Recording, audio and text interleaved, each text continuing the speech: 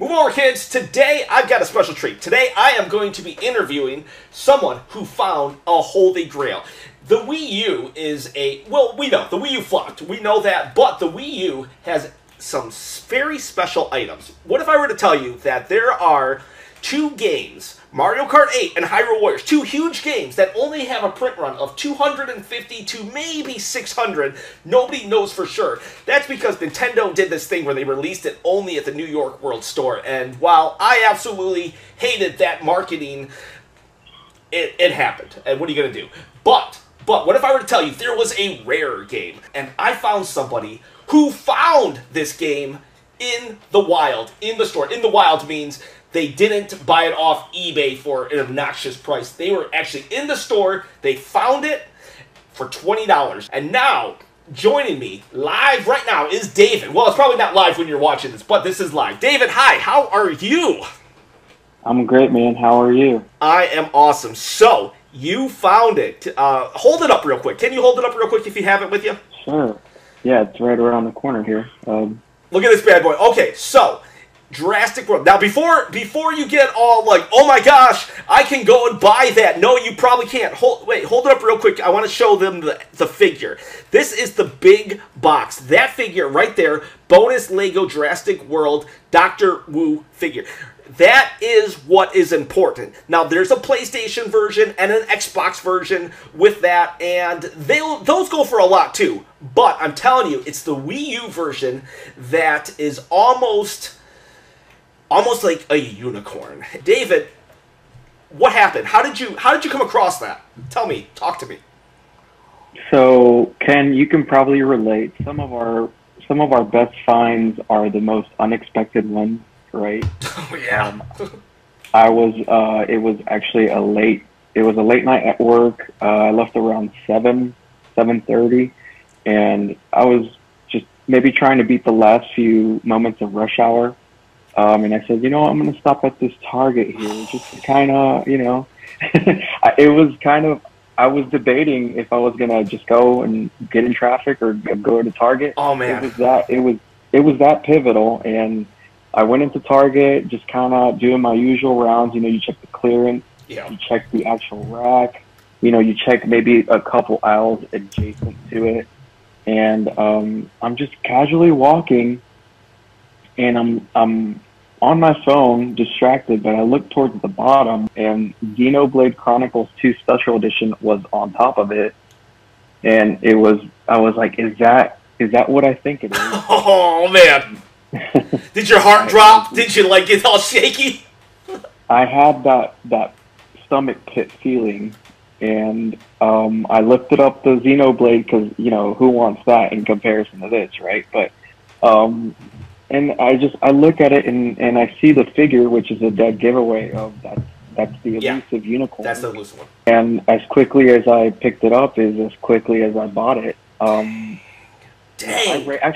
I actually went over to the there's a little price scanner at every other 3 aisles, right?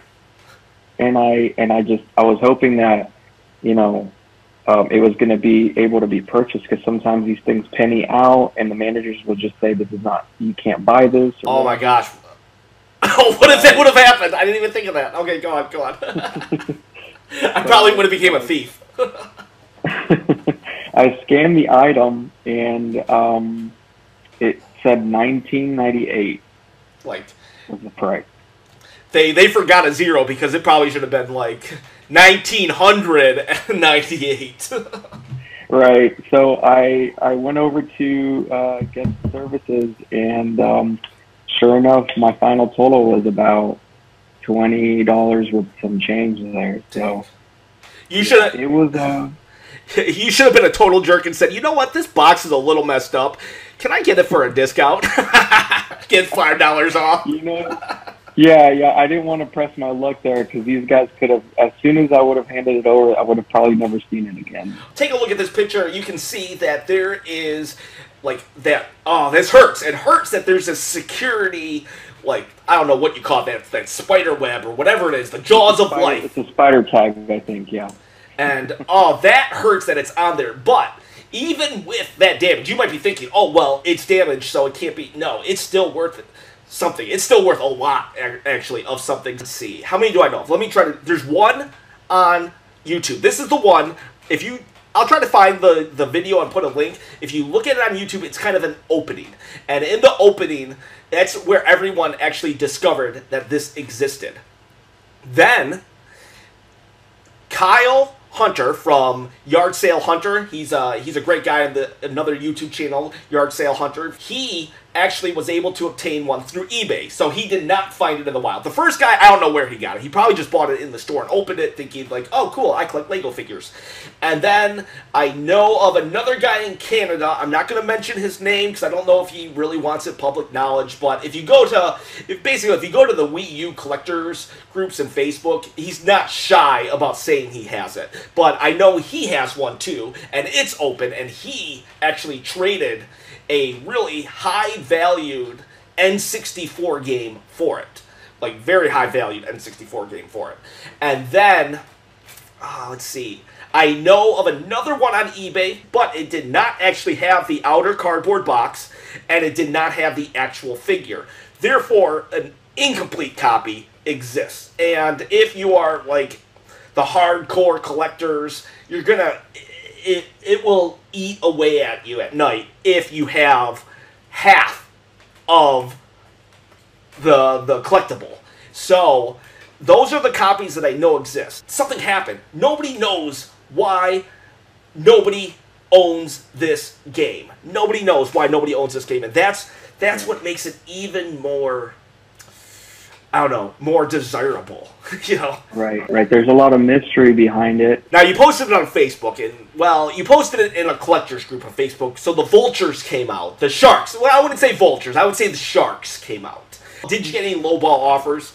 Because I contacted you right away, and I did not, like, I didn't even give you an offer. Actually, you were actually, surprisingly, there was probably a good 5 people before you that were just automatically, right? They just kind of hit me with they started at 300 and then they went up to 5 and 6 and but yeah, I won't mention names or anything, but this is definitely something that I'm keeping for the collection, you know. But because I'm not looking at, I know it's I don't know. See, I don't know when it comes to monetary worth. I mean, I can't really say if it is or not, but I think I'm more, the novelty of having the item is going to be worth more than anything. Yeah, you know what? I kind of feel you there because okay, my wife doesn't watch this channel, so you kind of get away with some stuff.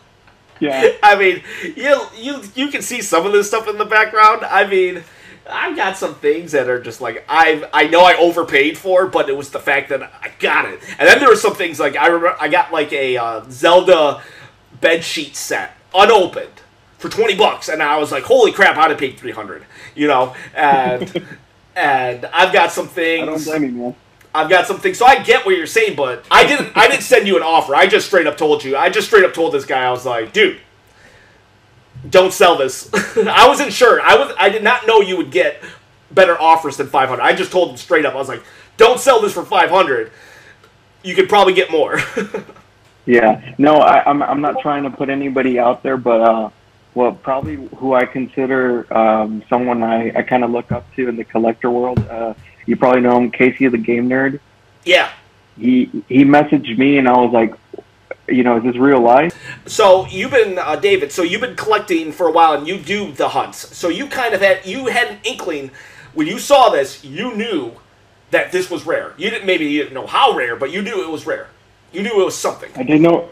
Right. I knew that it was kind of up there as far as the highly sought after items. But the fact that there wasn't really any information as far as a couple videos like we mentioned, Yard Sale Hunter and another one I can't name at the moment. But I couldn't believe it. I was like, is this what they're talking about? You know, because I saw at first it looked like a PC game. You know, the PC big box games. Yeah. And then I saw Jurassic World, and then I saw the little minifig included Dr. Wu, whatever, and that's when I was like, "This is it." And I can't believe that it's right here. So did you actually knew this game existed before you saw it, or you just was like, "I've never seen that before, I should get it"? Well, when I saw the videos of other people, I saw it there.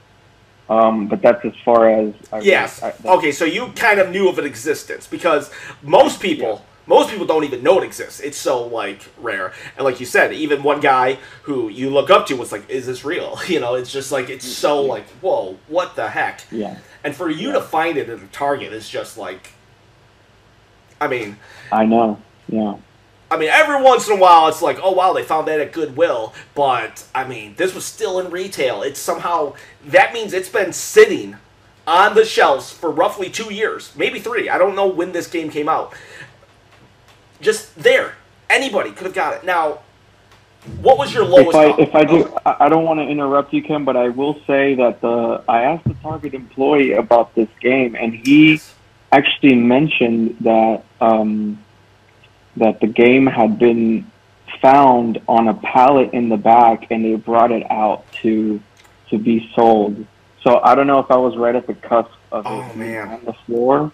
Yeah, it's like planetary alignment, Yeah, thank you for telling me that, because that actually it says a lot. And I wonder if when they were all getting shipped back, it fell between the cracks, and somehow, some way, someone on a smoke break hiding from the boss, they find it. And so you did ask. I will say, are we able to I don't want to.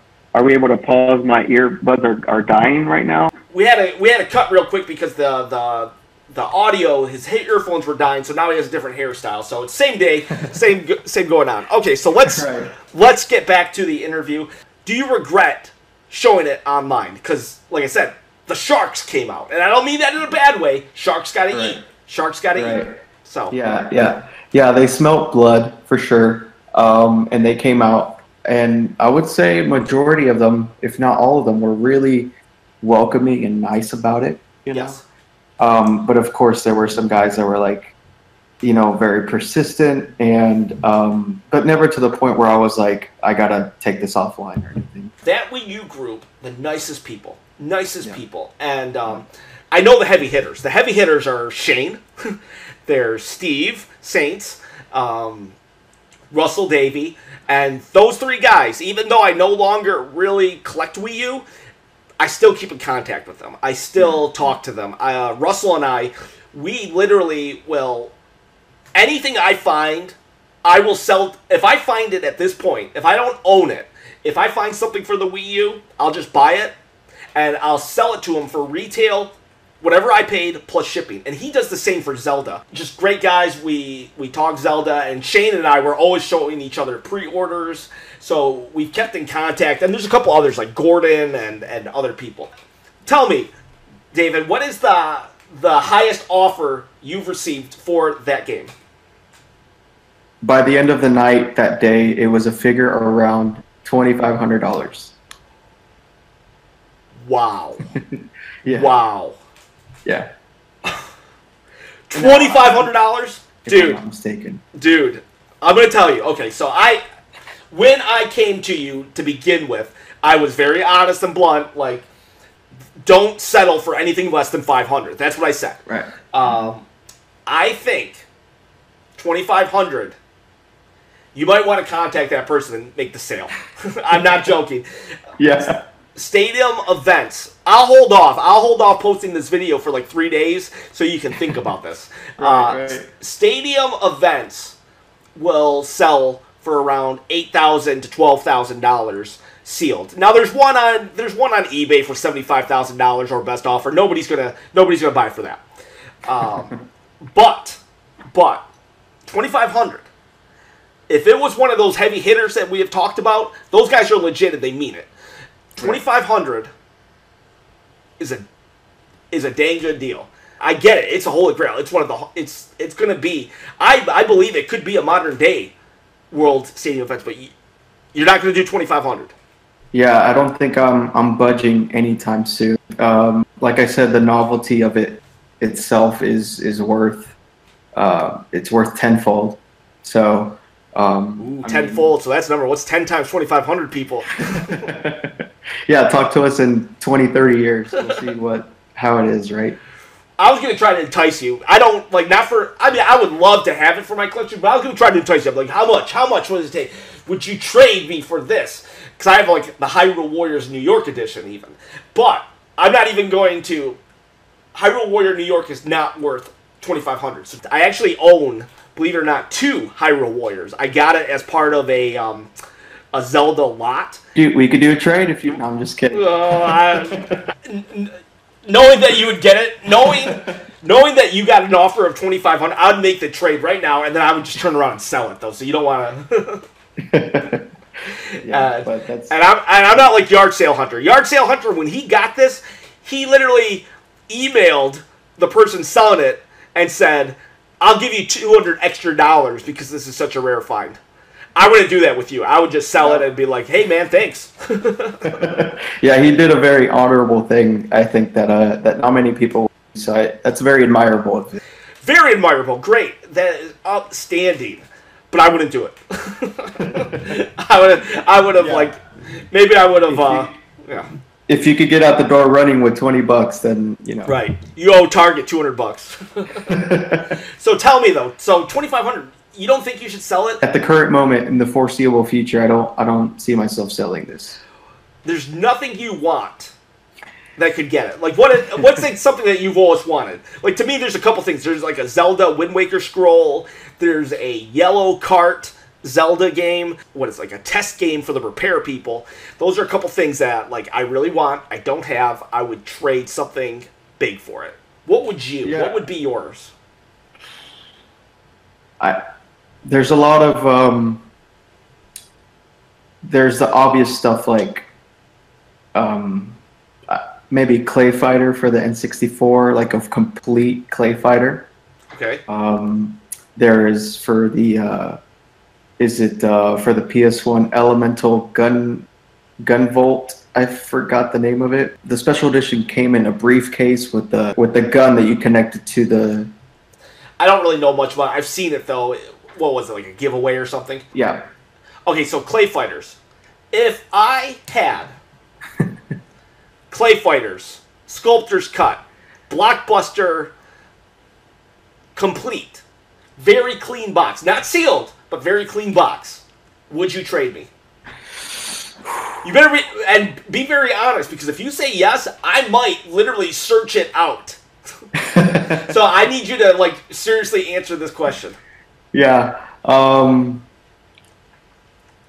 2 years ago, I would have said yes. Okay. But at this current moment, this is just.